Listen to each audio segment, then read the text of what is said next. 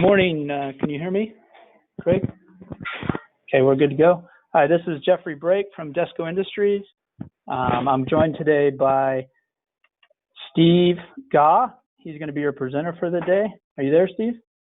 Yes, sir. Thanks, Jeffrey, for the introduction. Welcome, everybody, to today's training on Desco's personnel grounding testers.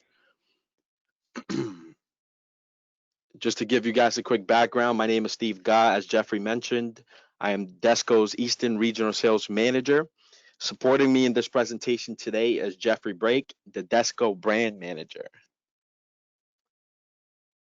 Please note you can ask questions as we go throughout the presentation, and also note we will be pausing halfway through this presentation to address any questions you may have. So as we go through the presentation, you can type in your questions there, and we will get to them midway, and then at the very end of this presentation, we will also address any final questions you may have. So to give you a quick overview, today we'll be going over the importance of periodic touch testers in an ESD control program, preferred testers for different applications, and some of the unique features of our Desco products, or our Desco testers, I should say, more specifically. So why do we use periodic touch testers? Operator grounding is the foundation of any ESD control program.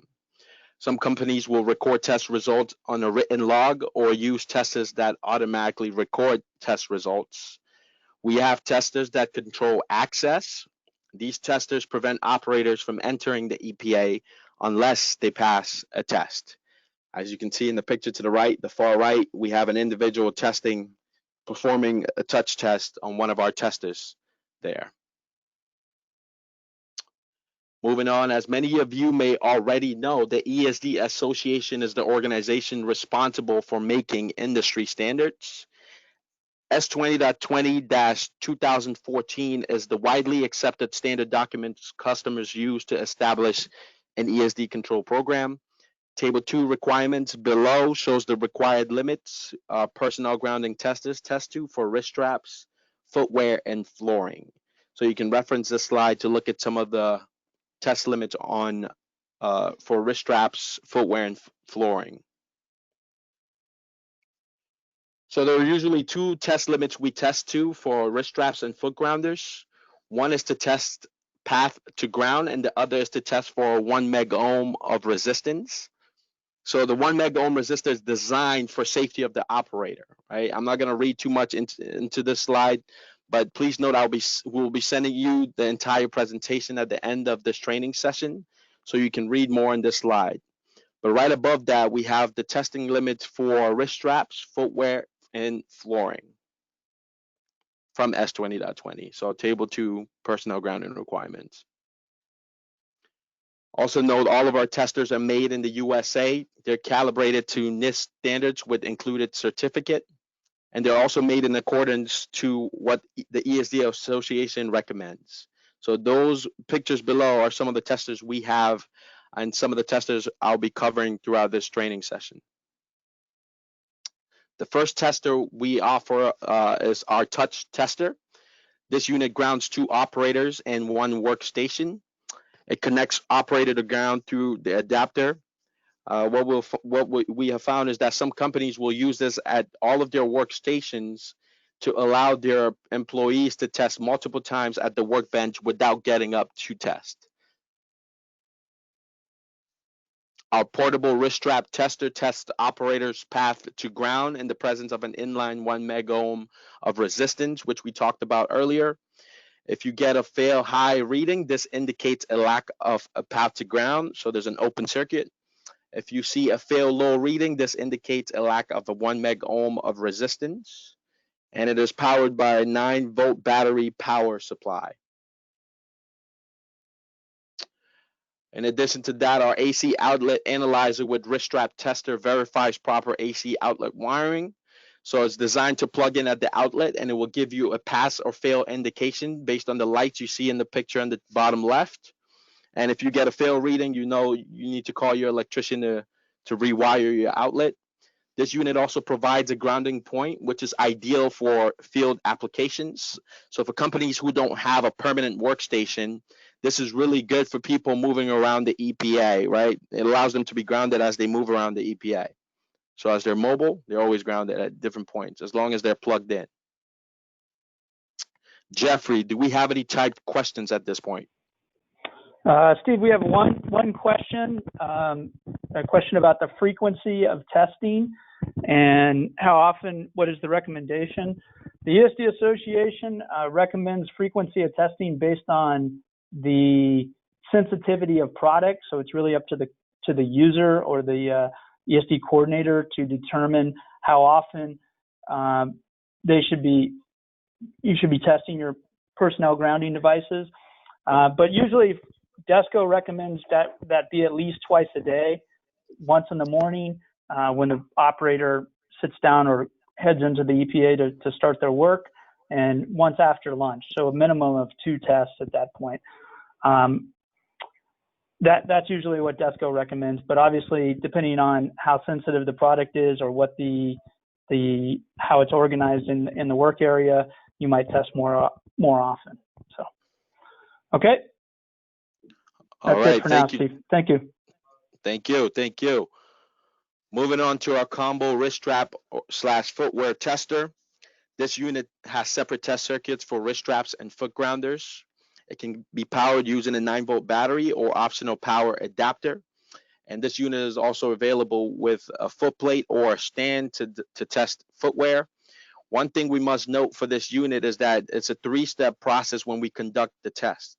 So you have to, if you look at the bottom picture on the left there, in the left corner, the operator is testing 1 foot at a time. So there's 2-step process for testing your footwear, in addition to the 3rd step, which would be for your wrist strap by switching the toggle, the black toggle on the picture and on the far right. Okay, so switching that toggle to either the footwear test or the wrist strap test is how you would be able to initiate the test.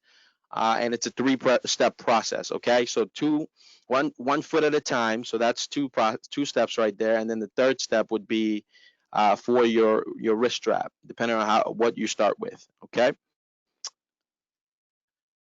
Now our combo tester X3 simultaneously tests your wrist straps and foot grounders. So the difference between this one and the previous unit is that you can test all at once. So it's testing both feet and your wrist strap as long as you're touching the button and pushing the button and plugged in. It's available with adjustable ranges, which allows it to be used with shoes or with ESD shoes with higher resistance. It also has a relay feature for use with automatic doors or locking systems. Our Smart Log Pro creates a test record database for ongoing auditing and quality control. Now, the difference between this product and the previous 2 products is that this one has data acquisition capabilities. It will record data, generate a report, and send to management. So it's almost like a policeman. It monitors the ESD status of operators, and it integrates with existing access control systems. You can use a proximity badge or barcode scanner or a punch-in capability to conduct the test. But I won't go into too much details on this product. So what you need to understand here is that this unit has data acquisition capabilities, which is what we're moving into in this industry.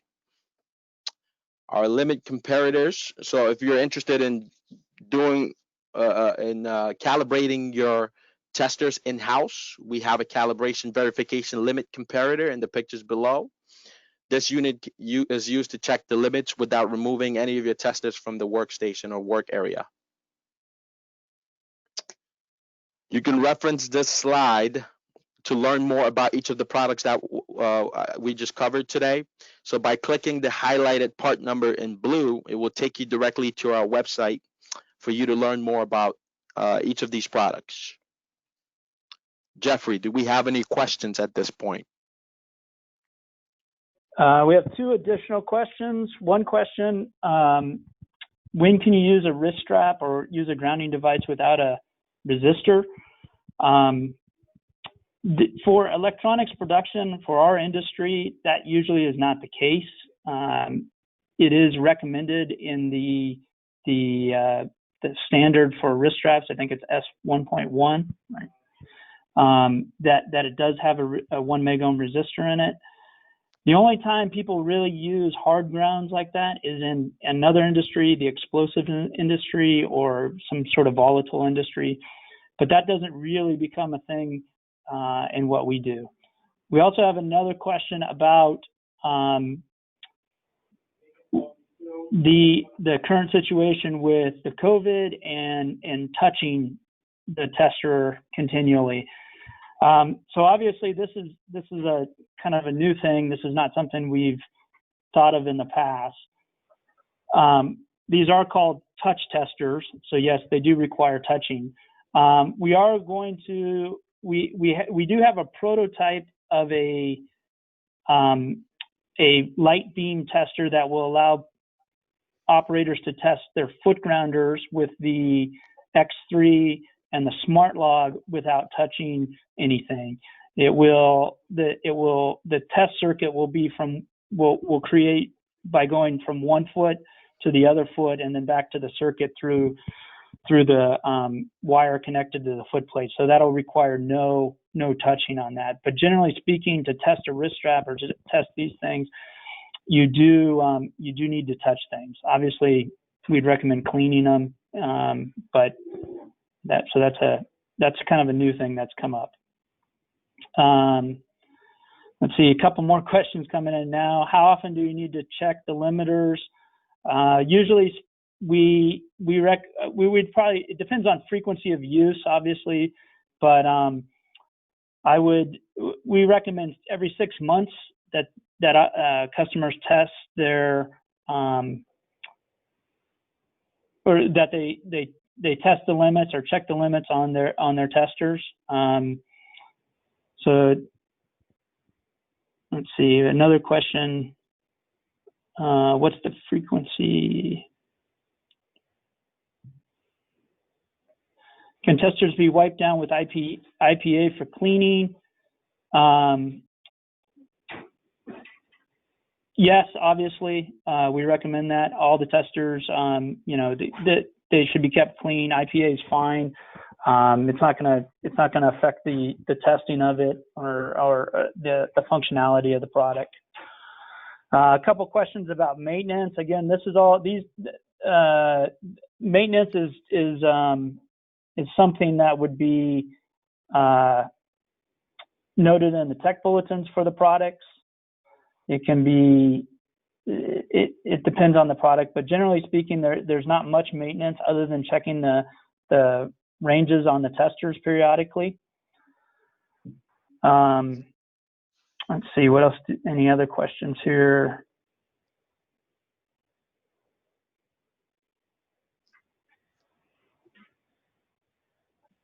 Some of these questions I have to gather some additional information before I provide feedback. So I will, for these people, I'll go ahead and send them separate emails or separate responses on these. I can't, I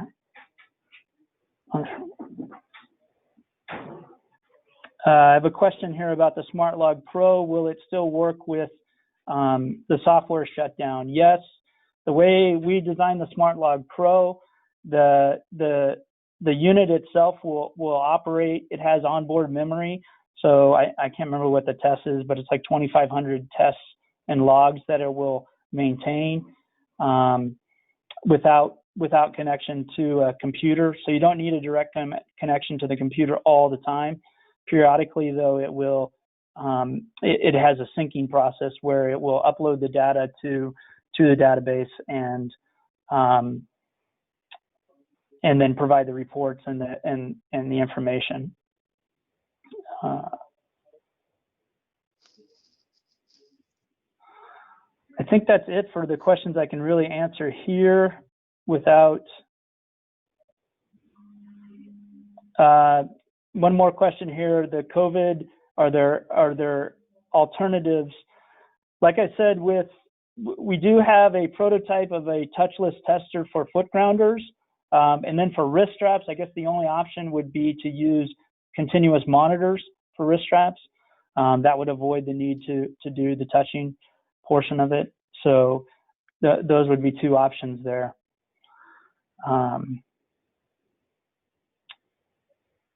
I think that's think that's all I can answer for now without having to go look at some additional information. All right. All right, Steve, I appreciate it. We're going to send a copy of this presentation to everybody. So